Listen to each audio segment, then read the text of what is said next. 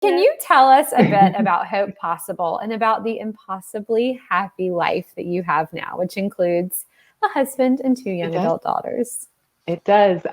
Well, first of all, hats off to people like Paula who take things that they have, wonderful things, and let them go, because that wasn't me. I was shown the door. And nothing dramatic, just, we're not going to renew your contract. Yeah. And as Paula knows, usually when they say they're not going to renew your contract, you're out the door that day. With me, they called me in January and said, well, your contract's not up for a year. We kind of like you to stay. We'll keep you on the air. I think we'll let you know. So every day I came to work for 9 months. I didn't know if that was my last day at the place I spent 12 years. So it was eventually the last day. I left. I could have, I guess as an inside baseball thing, Paula, like the thing that you would do then is like, you'd either then go shop to MSNBC or Fox or the other networks. You talk to all the networks. Go back to local, and none of it. I was like, you know what?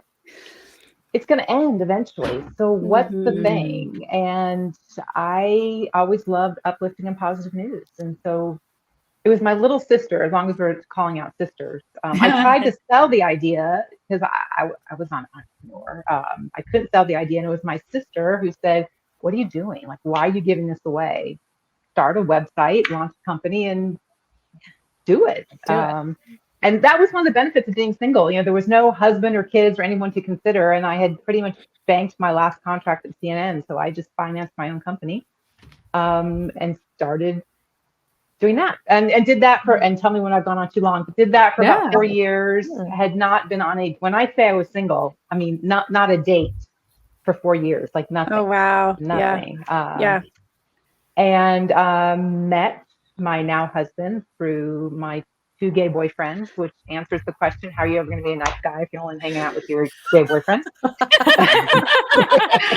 love that. There you go. There you go, Mom. That's how. They were and are 2 gay dads, and their son was in the same elementary school class grade as my now husband, who was raising his young daughter by himself. His first wife had passed away, so he was a young dad raising. So they were dads, raising kids. And we met at a summer festival, and one of the dads turned to me afterwards and said, so what did you think? And I said, huh?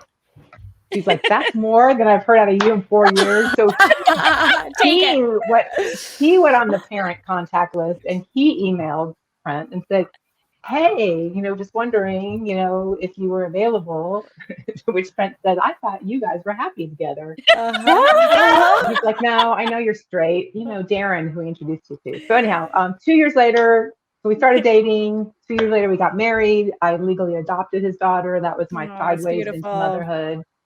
And then the year before I'd met them, when I was having a pity party moment, my best friend made me sign up for Big Brothers Big Sisters. So I was mentoring this little girl. She kind of folded into our family and ended up coming to live with us full time. So I went single, never married, married with 2 kids, 2 girls. Beautiful, Daryn. Yeah. That's incredible. Yeah. I love, Daryn, that you just kind of created the life that you wanted to. Isn't that amazing? I love that. I did, but I feel like it got created bigger than I could have ever. It's so much bigger and better. The guy I got is so much bigger and better than anybody ever dated. The daughters I have, I'm completely convinced these were the daughters I was meant to raise. There was no urge that I had to have a biological child. We all kind of like on this 4-way journey to each other. It's beautiful. That's so beautiful. So that's the book. That's the book. That saying, man plans and God laughs. Yeah, exactly. I know.